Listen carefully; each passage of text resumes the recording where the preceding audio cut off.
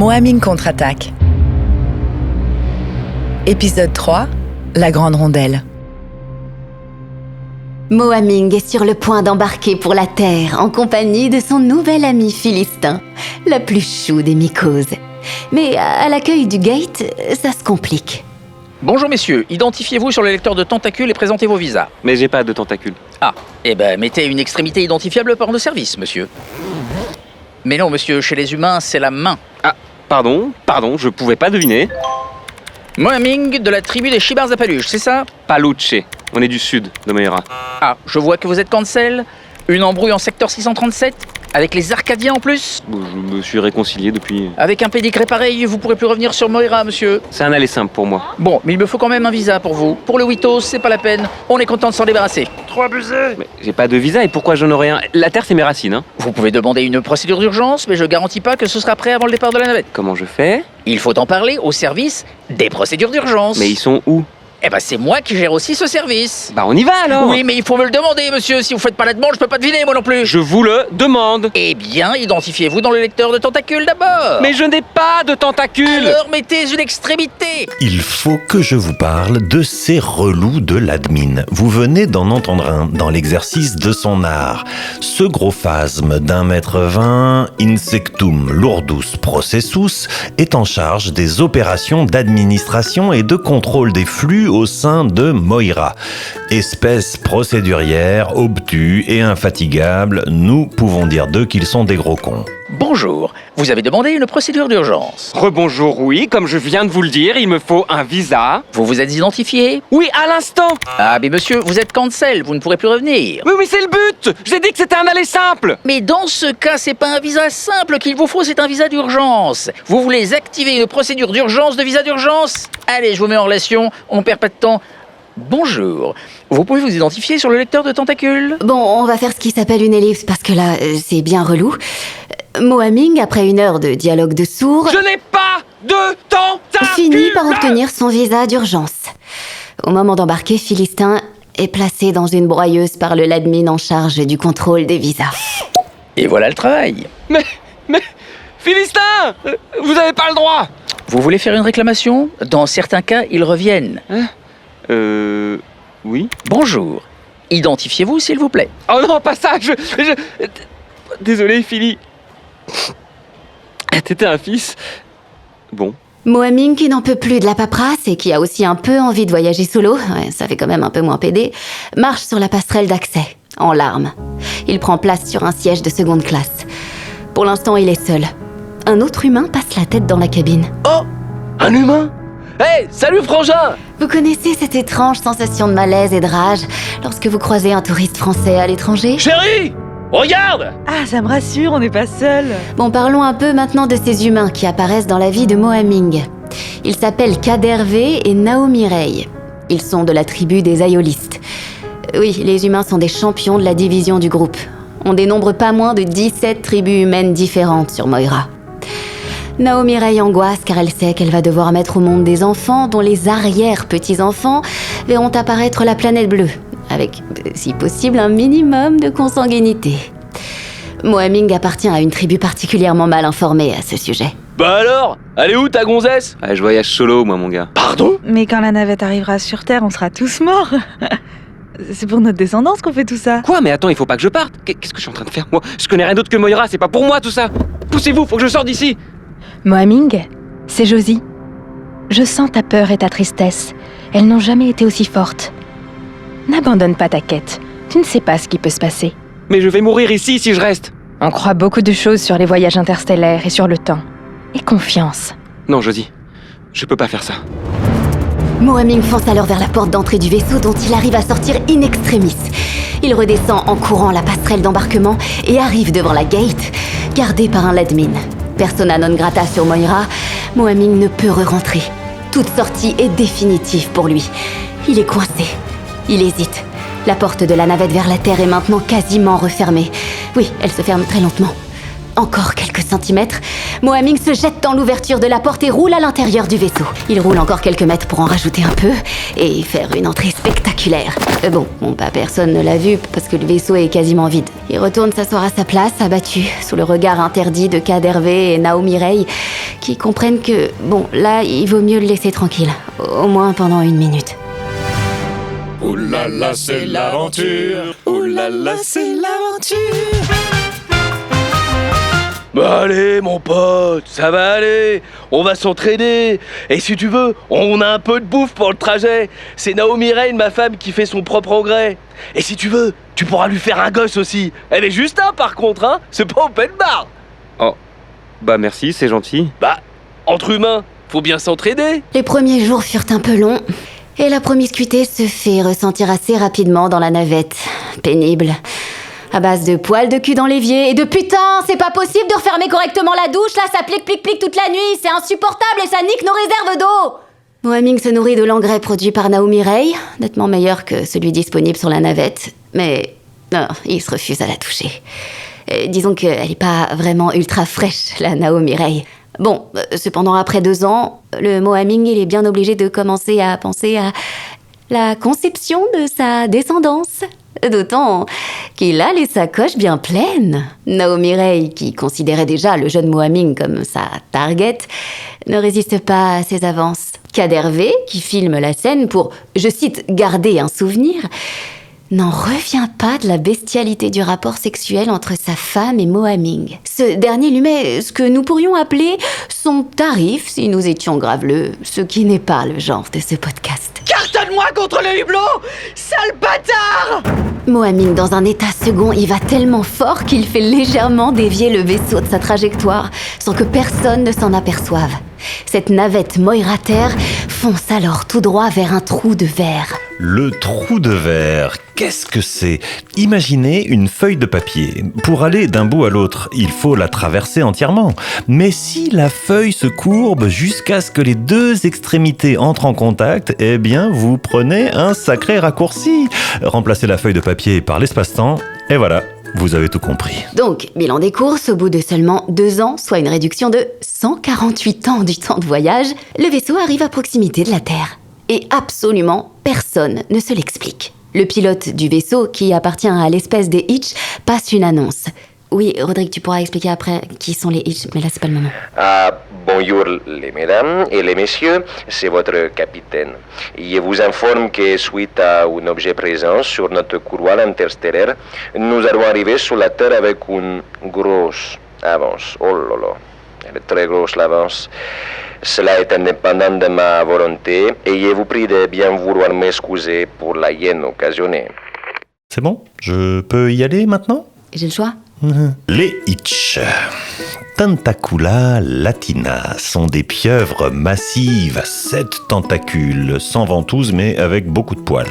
Ils peuvent peser jusqu'à 1 tonne et leurs tentacules peuvent atteindre une longueur spectaculaire de 20 mètres. Ils ont complètement trusté le métier de pilote de vaisseau. Le grand capitaine de Moira, le vénérable Eduardo Felipe Rossa della Casa que siffla sobre la colina de Eglantina, appartient à cette espèce. Un Hitch peut s'adonner à 7 activités simultanément. En ce moment même, sur la navette, un tentacule du pilote tient le micro, 2 autres règlent les instruments de navigation pour la phase d'approche, un autre tient un paquet de chips, un autre le guacamole, un 6e répare un robinet, le dernier tentacule, on ne va pas en parler. Mais quand même, s'il l'avait utilisé à bon escient, il se serait aperçu de la dérive du vaisseau. Enfin, bon, qui suis-je pour juger ? Moaming, encore essoufflé par ses exploits, n'en revient pas de ce qu'il vient d'entendre. Il s'approche à nouveau du hublot, mais bon, pour d'autres raisons. Il passe un petit coup de chiffon pour voir la vue. Mais attends, c'est incroyable, on est déjà arrivé. J'ai seulement 27 ans, je suis déjà sur Terre. En fait, je t'ai pas obligé de la baiser, la moche. C'est pas un roukmout bedonnant avec un tatouage de merde qui va me traiter de moche, hein. Primo, je suis pas roux, je suis blond vénitien. Deuxio, c'est pas une merde, c'est un kebab. Sur ces belles paroles, il faut que je vous parle du problème. Oui, ok, ils arrivent sur Terre, c'est cool, mais qu'est-ce qu'il en reste de la Terre ? Je vous vois déjà imaginer les flammes, les cendres, les déserts à perte de vue. Moi, si c'était que ça. Non, la Terre a tout simplement explosé. Mais une toute petite parcelle, miraculeusement entourée d'une atmosphère respirable, a survécu. Et il s'agit du Cap d'Agde, devenu le seul continent de cet astre miniature et difforme. Pire, ils font pas de kebab. Tout juste des panini. Et je dis tout juste parce que franchement, ils sont dégueux. La navette se pose sur une plage au bord d'une mer de la taille d'un lac. Le soleil, à cette époque, est un astre lointain, un petit point dans le ciel qui crée une lumière tamisée constante et une température douce pour un climat mou et insipide où il n'y a qu'une nuit par semaine d'une durée de 24 heures. La Terre, 10 jours d'arrêt. Mohaming décide d'explorer en solo ce petit nouveau monde. En passant devant une paillote, il est convaincu par un artisan particulièrement insistant de prendre un panini. C'est gratuit, le capitalisme a disparu. Mohaming erre sur la plage avec son panini en pendentif et observe son espèce largement occupée à ne rien foutre.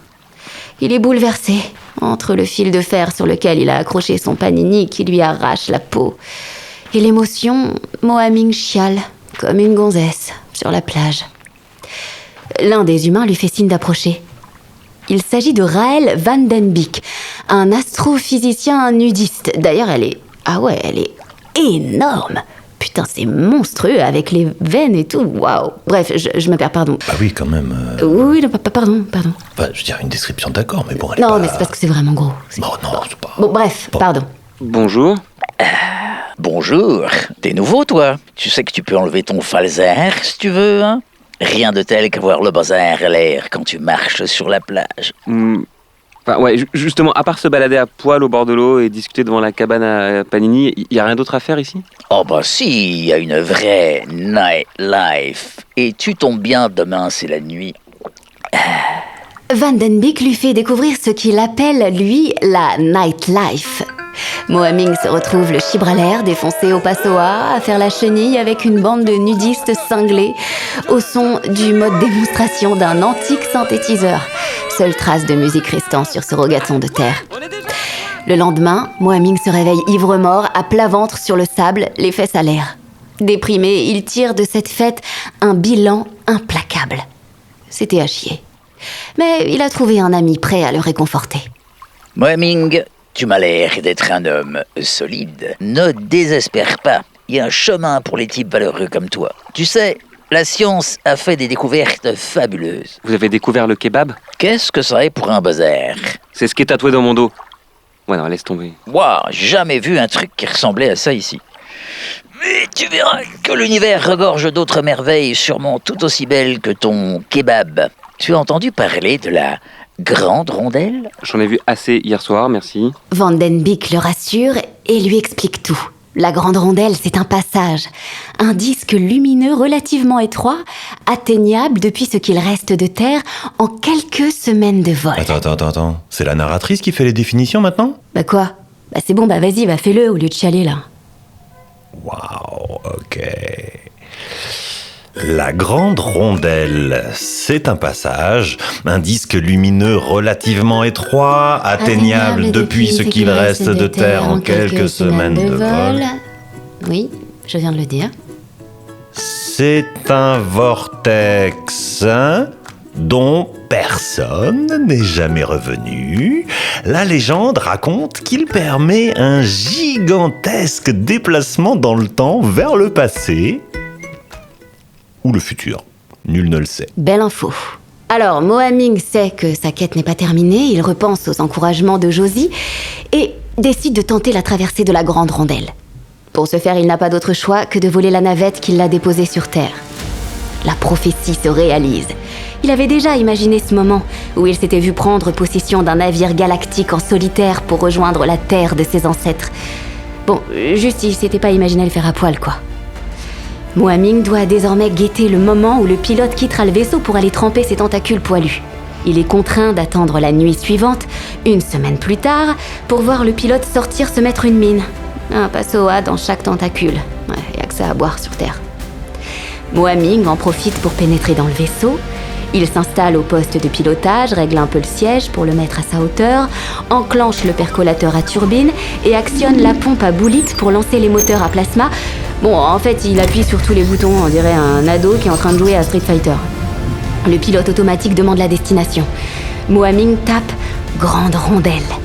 Après avoir vérifié s'il avait plus de 18 ans, le vaisseau s'élance dans le ciel du Cap, pendant qu'une chenille endiablée se relance.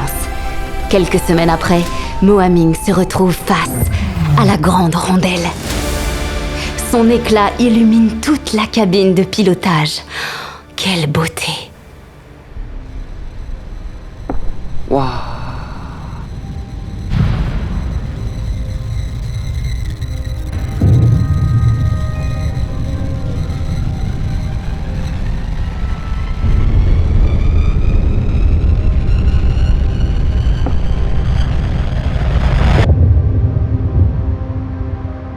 Waouh, ça y est. La Terre. C'est la Terre, j'ai réussi. Pas si vite, Moaming. Moi, je suis la narratrice. Je sais tout et je suis de toutes les temporalités et de tous les espaces. J'attends qu'il s'approche un peu avant de vous parler. Une gigantesque bille bleue. Oh, c'est beau. Ouais, mais attendez, vous allez voir. J'ai tellement hâte de plonger dans cette eau pure, retrouver mes ancêtres. Ah non, il y est pas du tout là, le Moaming. Je vois une île, je vais me poser là. C'est bizarre, ça a l'air complètement désert. Attends, je rêve là, Rodrigue, ou t'es en train de boire un café? Bah j'ai fini de bosser, moi. Hein. Et puis on approche de la fin. Ça traîne un peu en longueur, d'ailleurs. Hein. Oh là là. Bon, les gars, vous pouvez le couper, là. Et moi, je non, suis sérieux, la on peut pas bosser. Vous le coupez, les gars. Coupez son micro, bordel. Ça y est, Moaming commence à comprendre. Bon, je vous le dis ou pas? Bon, de toute façon, je fais ce que je veux, hein. Je vous demande pas votre avis. Donc, Moaming n'est pas parti dans le passé. Mais il est allé très loin dans le futur. C'est bien sur Terre qu'il arrive, mais une Terre artificielle, reconstruite sur la seule et unique base d'une brochure de piscinistes retrouvée au Cap d'Agde. Ainsi, ce que Moaming prend pour un gigantesque océan est en réalité une piscine d'eau douce qui recouvre tout le globe. C'est plutôt safe, hein, car la profondeur est de 1m30 grand max. Et surtout, c'est beau. Avec une céramique Pacific Dream, comme celle-là, on peut pas se tromper. Elle est sublimée par la vive lumière d'un soleil permanent, sans nuit et sans le moindre nuage. Ce que Moaming prenait de loin pour de grands difflons posés sur l'eau, non sans une certaine appréhension, hein, clairement, eh ben, en réalité, c'est un archipel d'îles artificielles peuplées de palmiers synthétiques. Bon, ils sont un peu loupés, mais de toute façon, Moaming en a jamais vu. C'est sur l'une de ces îles qu'il se pose. Enfin... Mais... Ah merde, putain! Mais ouais, j'ai tout niqué. Moaming sort indemne de cet accident. Toujours nu comme un verre, il s'extrait du vaisseau et pose le pied sur un sol constitué d'un désagréable plastique mou. L'odeur de chlore est à peine supportable. Y a quelqu'un? Oh! Est-ce que quelqu'un m'entend? Ou quelqu'une? Je veux vexer personne. Oh, elle est bonne. Est-ce que quelqu'un m'entend? Josie? Moaming, seul au monde, commence à avoir peur. Il ne sait même pas à quelle époque il est. Est-ce que quelqu'un m'entend? Ou quelqu'une? Je veux vexer personne. Qui a construit cette planète? Moaming est-il vraiment seul? Plan large aérien sur Moaming seul sur son île, travelling arrière et... Attendez, qu'est-ce que c'est que ce truc énorme planté dans la flotte? Mais... c'est l'épave de Moira? Oh putain! Moaming contre-attaque. Épisode 3, la grande rondelle. Vous écoutez Moaming, vous êtes génial. N'oubliez pas de nous mettre 5 étoiles et de partager ce podcast. Tout le monde voudra coucher avec vous. Un podcast écrit et réalisé par Alexandre Spizer et France Greyers. Design sonore et mixage, Geoffrey Guenec de la Crème Anglaise. Avec les voix de Garance Thénault, Stéphane Giletta, Alexandre Spizer, Léopold Simalti, Marion de Courville, Julien Grisol, Anne de Boisson, Maxime Roussel et Natacha Gonzalez. Enregistré au studio podcast de la SACD. Bisous.